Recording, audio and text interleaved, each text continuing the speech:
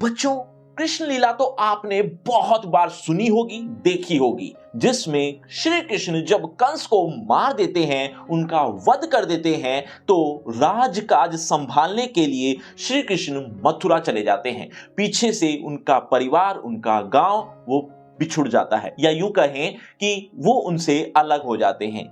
स्थिति यह है कि न सिर्फ परिवार वाले बल्कि आसपास जितनी भी गोपियां थी वो भी अब उनसे बिछुड़कर बहुत दुखी हैं।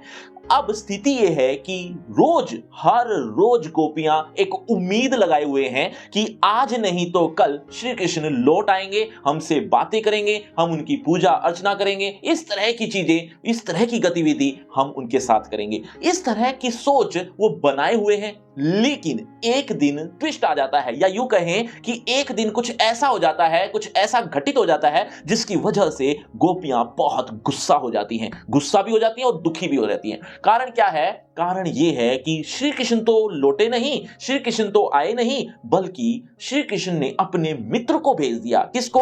उद्धव को। और ये कहा कि आप मेरे गांव चले जाओ और वहां पर योग संदेश दे दो। योग संदेश देने के लिए जब उद्धव गांव में आता है तो गोपियां ये सोचकर कि आज नहीं तो कल, कल नहीं तो परसों श्री कृष्ण लौटेंगे और उनकी रिप्लेस में, उनकी जगह पर उद्धव को देखती हैं, तो गोपियां बहुत गुस्सा हो जाती हैं। उनकी जो रही कही उम्मीद थी वो भी अब खत्म हो जाती है और सारा गुस्सा, सारा दुख उस उद्धव पर बरसता है। क्या कहती हैं गोपियां? वो आपकी इस कविता में लिखा हुआ है। कविता का नाम है सूरदास के पद। सूरदास जी ने लिखी है और गोपियां और श्री कृष्ण के बीच का संबंध और श्री कृष्ण न लौटकर उद्धव को भेजने के बाद जो स्थिति होती है वो इस पूरी कविता में है। आसान भाषा में कहूं तो गोपियां जब उद्धव को देखती हैं और ये देखती हैं कि श्री कृष्ण तो लौटेंगे नहीं अब, तो उनका जो गुस्सा है और गुस्से में कही गई बातें हैं वो इस कविता में लिखी गई हैं। बिना किसी देरी के करते हैं शुरू। नमस्ते, मेरा नाम आशीष है। देखो बच्चों, इस कविता के जो कवि हैं वो तो आप समझ ही गए हो, सुन भी लिया है।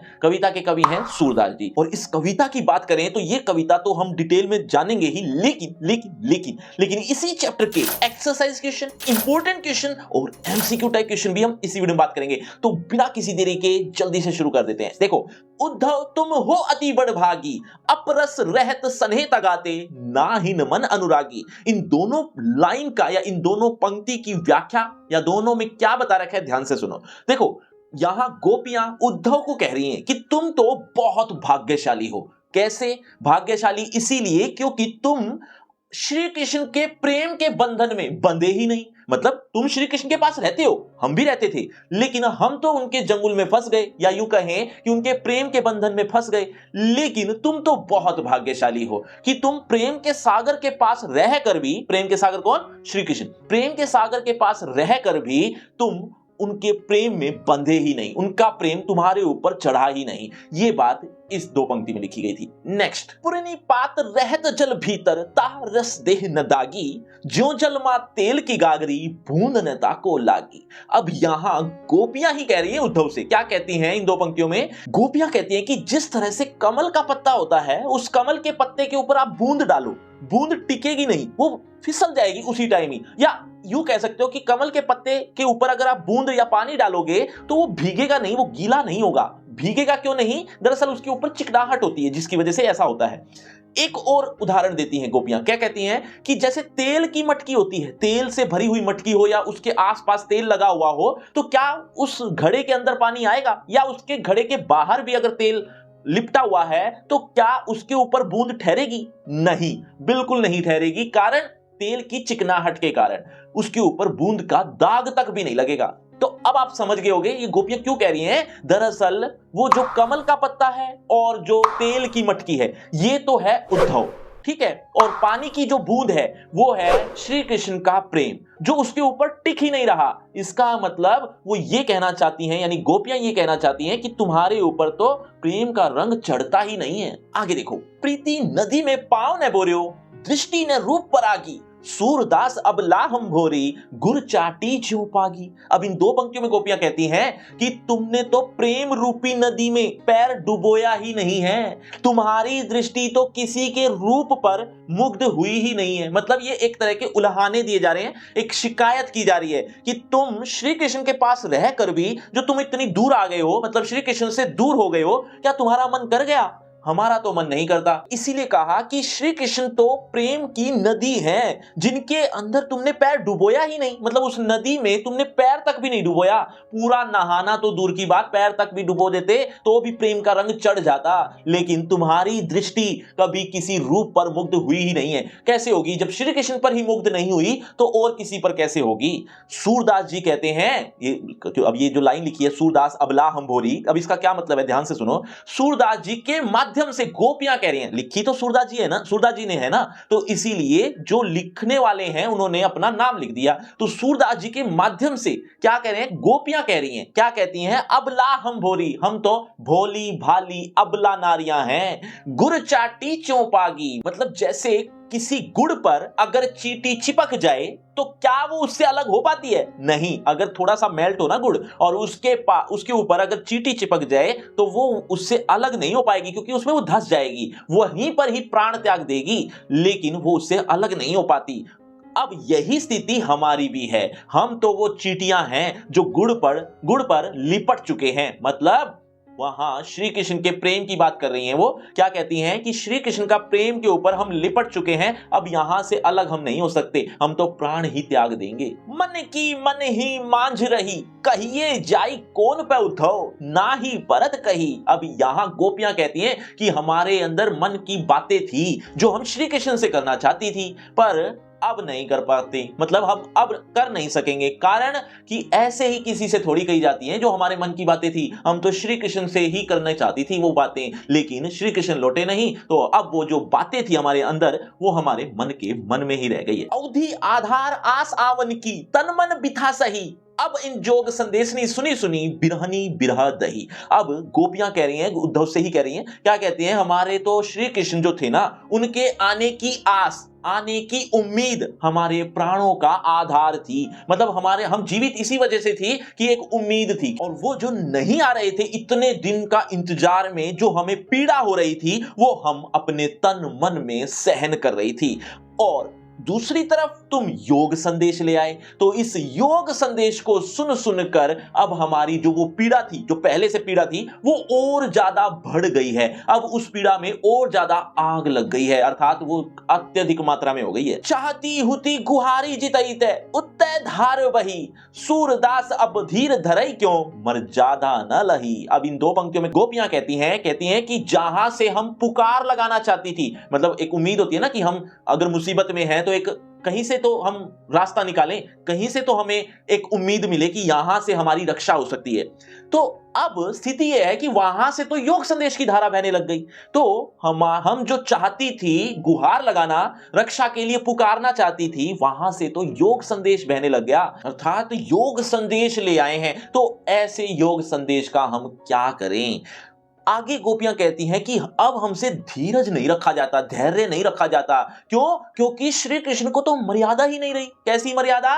कि जब इंसान किसी से प्रेम करता है, अगर आप प्रेम से किसी से बोलते हो तो सामने वाला भी प्रेम ही करेगा, ऑब्वियस बात है ना, मतलब प्रेम से ही बोलेगा। अगर आप किसी को नमस्ते करते हो तो सामने वाला नमस्ते प्यार से ही बोलेगा। अगर आप किसी को गाली देकर बोलते हो तो सामने वाला भी गाली ही देगा। मतलब एक मर्यादा होती है, चाहे प्रेम हो चाहे नफरत हो। तो प्रेम की जो मर्यादा होती है ना, मतलब प्रेम के बदले प्रेम मिलता है, ये मर्यादा तो श्री कृष्ण को रही ही नहीं। इसीलिए अब हमसे धीरज नहीं रखा जाता।